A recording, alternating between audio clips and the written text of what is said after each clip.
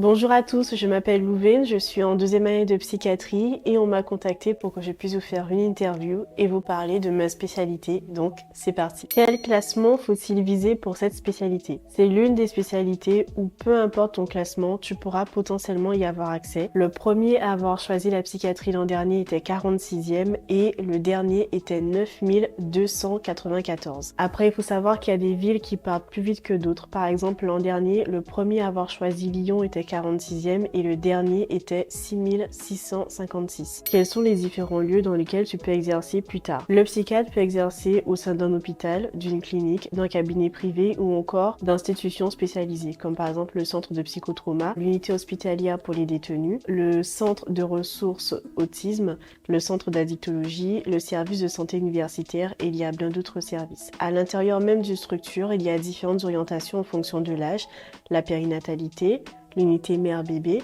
la pédopsychiatrie, la psychiatrie des adolescents, la psychiatrie de l'adulte et la gérontopsychiatrie, donc pour les personnes âgées.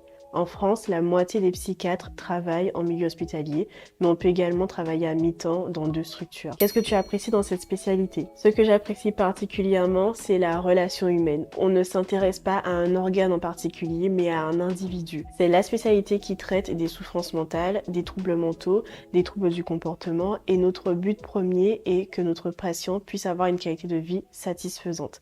Et comme j'aime le dire, il n'y a pas de santé sans santé mentale. La clinique en psychiatrie, elle est vraiment riche et pour un même symptôme, son expression peut être différente d'un patient à un autre et c'est à nous de repérer les symptômes en tant que psychiatre. Un autre point, c'est qu'il y a une certaine autonomie et une liberté d'exercice que j'apprécie. C'est une spécialité tellement vaste que finalement, on peut se spécialiser dans un domaine qui nous intéresse. Qu'est-ce qui t'a donné envie de faire ça? La chose dont j'étais sûre à la fin de mon externat, c'était que je voulais avoir un impact significatif sur le bien-être global de mes futurs patients. Et j'avais toujours en tête cette idée, choisis un travail que tu aimes et tu n'auras pas à travailler un seul jour de ta vie. Bon, c'est bien joli de dire ça, mais en vrai, je me suis demandé si je devais lire plusieurs articles scientifiques par semaine ou même potentiellement faire de la recherche, dans quelle spécialité ça m'emballerait le plus. Sachant que j'ai toujours eu un penchant pour les livres et les documentaires sur le développement personnel ou même j'ai toujours été curieuse sur le fonctionnement du cerveau et sur les interactions interhumaines ou encore même sur les comportements, la réponse fut alors la psychiatrie. La spécialité est vouée à se développer, il faut s'informer continuellement sur les avancées scientifiques concernant les troubles mentaux, diagnostiquer et accompagner les personnes vers un bien-être global et une prise en charge globale, c'est vraiment ce qui m'intéressait. Et naturellement, je voulais également avoir un internat cool, avoir du temps libre pour moi, de sorte à pouvoir m'épanouir dans ma vie personnelle. Est-ce qu'elle correspond à tes attentes? Pour l'instant, oui, je ne regrette absolument pas mon choix. Selon toi, quelles sont les principales qualités à avoir pour cette spécialité? Selon moi, il faut avoir une grande capacité d'écoute, une ouverture d'esprit, il faut être empathique et bienveillant envers ses patients, il faut avoir également une certaine aisance relationnelle et être patient. Quels sont les différents actes médicaux que tu es amené à faire? Je peux être amené à faire des sutures si un patient se scarifie. Il n'y a pas beaucoup de gestes en vrai en psychiatrie, mais il peut y avoir des échelles, des bilans à faire passer.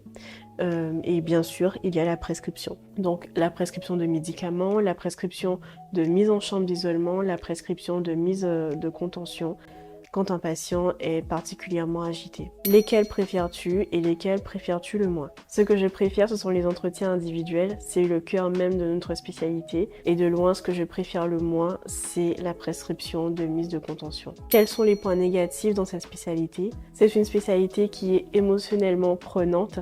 Certaines histoires peuvent résonner en nous et nous bouleverser, mais il faut rester professionnel et faire la part des choses. C'est une spécialité qui est également assez stigmatisée quand il y a par exemple des restrictions budgétaires.